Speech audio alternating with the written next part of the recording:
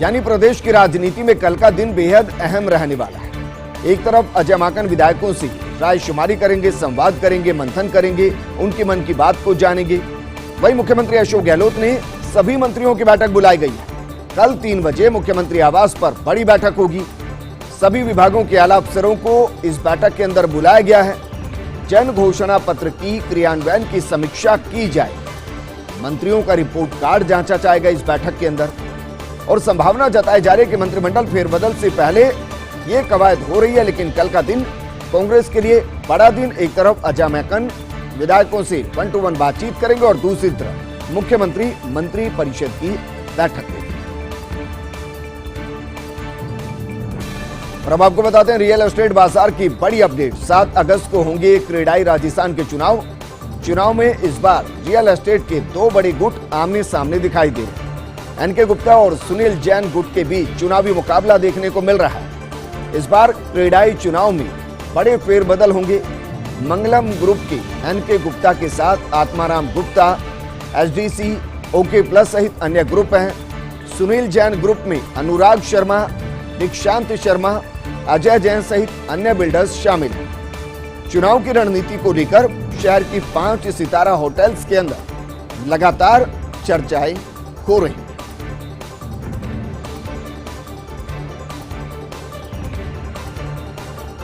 CGST और custom से बड़ी खबर आ रही है। 451 अधीक्षकों और निरीक्षकों के तबादले और पदस्थापन किए जा रहे हैं। चारों आयुक्तों और कस्टम आयुक्त कार्यालय से आदेश जारी हुए हैं। वार्षिक सामान्य तबादला नीति में हुए ये आदेश जारी। मौजूदा पद से अधिकतम 30 जुलाई तक रिलीव होना होगा, यानी कि अगली ज्वाइनिंग लेनी होगी जहां पर दी गई है। सीजीएसटी के जयपुर, जोधपुर, उदयपुर और अलवर आयुक्तालय में बदलाव किए गए हैं।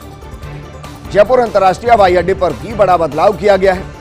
सीजीएसटी, एंटीवेजन और कस्टम प्रिवेंटिव में भी खासा बदलाव देखने को मिला है। अनेक अधीक्षक और निरीक्षक इधर से उधर किए गए, यानी कि उनके तबादले किए गए। वहीं कोरोना महामारी में मनरेगा बना वरदान, लेकिन नहीं बढ़ेगी 100 दिन रोजगार की सीमा। राजस्थान में मनरेगा में 2020-21 में 46.29% ज्यादा खर्च हुआ है। प्रदेश में मनरेगा पर 2018 में 5,678, 2019 में 6,701 और 2020 में 9,803 करोड़ रुपए खर्च हुए। सांसद जसकौर मीणा के सवाल पर केंद्र ने लोकसभा में इस जानकारी दी और कहा कि रोजगार गारंटी 100 दिन से बढ़ाने पर विचार अभी हाल फिलहाल नहीं किया जा रहा है। राजस्थान में निरस्त हुए फर्जी राशन कार्ड, यानी कि जो गलत तरीके से बनाया गया या फिर जो अपात्र थे और उनके भी राशन कार्ड बने हुए। बीते 3 साल में 2,99,124 फर्जी राशन कार्ड निरस्त कर दिए गए। सर्वाधिक 2,18,832 राशन कार्ड 2020 में निरस्त हुए। आधार लिंक प्रोसेस के आधार पर इनको निरस्त किया गया है। केंद्र सरकार ने लोकसभा में यह महत्वपूर्ण जानकारी साझा की। पीएम किसान संपदा योजना के तहत राजस्थान में 12 प्रोजेक्ट स्वीकृत किए गए। PMKSY के 6 प्रोजेक्ट हुए हैं पूरे और बाकी में काम चल रहा है। अजमेर, जोधपुर, अलवर और कोटा में ये प्रोजेक्ट्स लग रहे हैं। 132.49 करोड़ की लागत से प्रोजेक्ट को मिली है 32.81 करोड़ की सब्सिडी। सांसद मनोज राजौरिया के सवाल पर लोकसभा में ये जानकारी दी गई।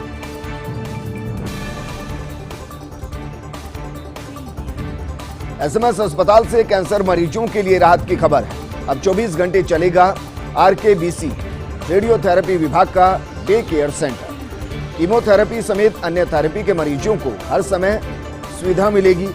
अधीक्षक डॉक्टर राजेश शर्मा ने मरीजों की दिक्कतों को समझकर यह आदेश जारी किया। अस्पताल में कल से लागू होगी नई व्यवस्था और इससे मरीजों को काफी ज्यादा राहत मिलती हुई नजर आने वाली है, क्योंकि अब 24 घंटे ये व्यवस्था ओपन कर दी गई। वैक्सीन के लिए मारामारी नजर आ रही है। दरअसल कोटा के बोरखेड़ा प्राथमिक स्वास्थ्य केंद्र में तोड़फोड़ कर दी गई। टीकाकरण पैरामेडिकल स्टाफ के भरोसे छोड़ चले गए डॉक्टर। वैक्सीन हुई खत्म तो नहीं था स्वास्थ्य केंद्र में कोई संभालने वाला। नाराज लोगों ने स्वास्थ्य केंद्र के गेट के कांच फोड़कर हंगामा किया है और ये लगातार दिक्कत सामने आ रही है, क्योंकि वैक्सीन आ तो रही है लेकिन जितनी संख्या में रजिस्ट्रेशन हो रही है उतनी संख्या में वैक्सीन उपलब्ध नहीं हो पा रही और इसकी वजह से लोगों में गुस्सा बढ़ रहा है। कुछ ऐसी तस्वीर कोटा के बोरखेड़ा प्राथमिक स्वास्थ्य केंद्र में भी देखने को मिली, जहां तोड़फोड़ कर दी गई, जहां लापरवाही भी देखने को मिली, क्योंकि जिन डॉक्टर्स को व्यवस्था संभालनी थी वो टीकाकरण पैरामेडिकल स्टाफ के भरोसे छोड़कर चलते गए। वैक्सीन खत्म हुई तो स्वास्थ्य केंद्र में कोई भी व्यवस्था को संभालने वाला नहीं था, कोई भी जवाब देने वाला नहीं था और शायद यही वजह रही कि नाराज लोगों ने स्वास्थ्य केंद्र के गेट के कांच फोड़कर हंगामा कर दिया। वहीं 11 मौतों के बाद जागा प्रशासन। आमेर सहित जयपुर के सभी किले और महलों पर लगेंगे तड़ित चालक। बिजली गिरने से 11 लोगों की मौत हुई। तड़ित चालक नहीं होने के कारण विभाग की जमकर किरकिरी हुई। अब जयपुर के सभी किले, महल और पर्यटन स्थलों की सुरक्षा होगी। आमेर महल में लगाए जाएंगे 5 तड़ित चालक यंत्र। नाहरगढ़ फोर्ट, जंतर मंतर, हवा महल, ईसरलाट में भी तड़ित चालक यंत्र लगाए जाएंगे। अभी सिर्फ आमेर महल में ही एक यंत्र लगा हुआ है। जयपुर विकास प्राधिकरण की परियोजना कार्य समिति में अहम फैसले। लक्ष्मी मंदिर तिराहा योजना की स्वीकृति दी गई है। यहां मूर्तियां लगाने के लिए संशोधित स्वीकृति दी गई। 3 करोड़ 20 लाख रुपए की संशोधित प्रशासनिक और वित्तीय स्वीकृति दी गई है। राजस्थान इंटरनेशनल सेंटर प्रोजेक्ट की स्वीकृति दी गई है। कंसल्टेंसी के लिए 1 करोड़ 33 लाख रुपए की प्रशासनिक स्वीकृति भी जारी की गई है। पंचायत उपचुनाव 2021। जयपुर जिले की तिगरिया ग्राम पंचायत में 29 जुलाई को पुनर्मतदान होगा, यानी कि दोबारा वोटिंग होगी। गोविंदगढ़ के वार्ड 12 के लिए बूथ संख्या 300 पर ईवीएम में तकनीकी खामी आई। मतगणना के दौरान परिणाम प्रदर्शित नहीं होने के कारण मतदान शून्य घोषित किया गया। 25 जुलाई को हुए मतदान को भी शून्य घोषित किया गया। बूथ संख्या 300 पर अब 29 जुलाई को सुबह 8 बजे से शाम 5 बजे तक दोबारा वोटिंग होगी। दोबारा वोटिंग के लिए रिजर्व में रखी ईवीएम का इस्तेमाल किया जाएगा। नवीन मतदान दल को नियोजित किया गया है, यानी कि नया दल भी पहुंचेगा। नई ईवीएम के जरिए वोटिंग एक बार फिर से कराई जाएगी।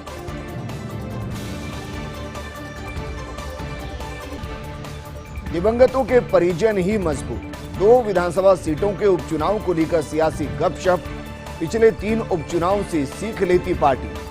परिजनों को ही टिकट के बाद मिली थी जीत और उसके बाद के अब 2 सीटों के सामान्य सर्वे। माना जा रहा है कि दोनों उपचुनाव में भी वही गणित नजर आएगा। परिजनों के टिकट मिलने पर जीत की संभावना ज्यादा नजर आ रही है। बहरहाल उपचुनाव की तारीखों का ऐलान होने के बाद ये तस्वीर साफ हो पाएगी कि किसको कहां से मैदान में उतारा जाता है। रणधीर सिंह भिंडर का कटारिया को चैलेंज। गुलाबचंद कटारिया लड़ ले मेरे सामने चुनाव, ये कहा गया है। वल्लभनगर में कौन पहले और कौन किस नंबर पर रहेगा ये तय हो जाएगा। गुलाबचंद कटारिया ने कहा था वल्लभनगर में भिंडर को टिकट देने का सवाल ही नहीं उठता। भिंडर के बयान पर गुलाबचंद कटारिया ने कहा, मुझे किसी के सर्टिफिकेट की जरूरत नहीं है, मैं उदयपुर से लड़ता हूं, पार्टी कहेगी वहीं से चुनाव लड़ूंगा।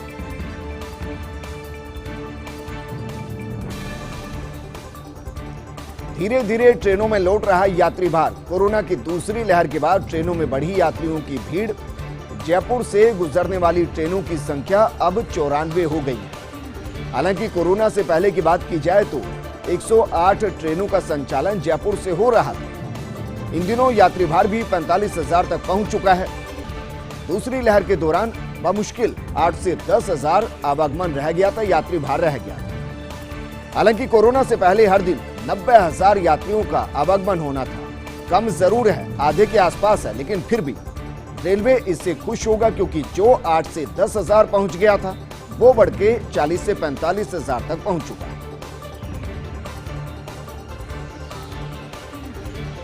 महंगाई के बीच में राहत प्रदान वाली खबर आपको बता रहे हैं। दरअसल महंगी दाल पर काबू पाने के लिए केंद्र का फैसला, मसूर दाल का कस्टम ड्यूटी घटाकर 0 कर दी गई है। एग्रीकल्चर इंफ्रास्ट्रक्चर डेवलपमेंट सेस को भी आधा कर दिया गया है। केंद्र का मकसद इसके जरिए घरेलू बाजार में दाल की सप्लाई बढ़ाना है। सीमा शुल्क और सेस कटौती को आज से लागू कर दिया जाएगा, यानी कि आने वाले 2 से 4 दिनों के अंदर आपको दाल के भाव में गिरावट महसूस हो।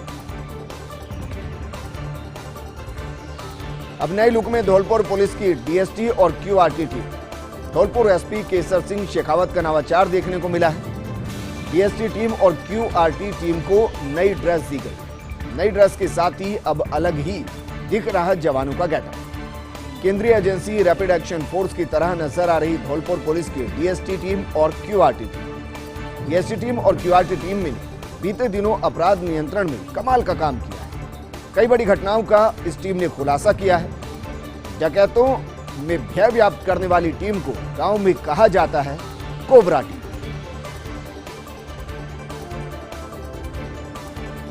बीकानेर के श्री डूंगरगढ़ से खबर है। नाबालिग के साथ सामूहिक दुष्कर्म का आरोप है। श्री डूंगरगढ़ पुलिस थाने में 5 लोगों के खिलाफ मामला दर्ज किया। सीओ श्री डूंगरगढ़ कर रहे मामले की जांच। और ये खबर हम आपको बता रहे हैं बीकानेर के श्री डूंगरगढ़ से, जहां नाबालिग के साथ सामूहिक दुष्कर्म का आरोप लगा। श्री डूंगरगढ़ पुलिस थाने में 5 लोगों के खिलाफ मामला दर्ज किया गया। क्लैट का रिजल्ट कल आएगा। कस्टोडियम ऑफ नेशनल लॉ यूनिवर्सिटीज के मुताबिक आज जारी की जाएगी फाइनल आंसर की। पेपर या आंसर की में आपत्ति दर्ज नहीं हो सकेगी निःशुल्क। प्रति आपत्ति लगेगा 1000 रुपए शुल्क। यानी किसी को अगर आपत्ति दर्ज करानी है तो हर आपत्ति के हिसाब से 1000 रुपए देना होगा। पिछले साल से 29,000 कम आई आपत्तियां। क्लैट परीक्षा 23 जुलाई को ऑफलाइन मोड में आयोजित की गई। इस बुलेटिन में फिलहाल इतना ही, लेकिन आप बने रहिए फर्स्ट इंडिया न्यूज के साथ, क्योंकि खबरों का सिलसिला लगातार जारी है। नमस्कार।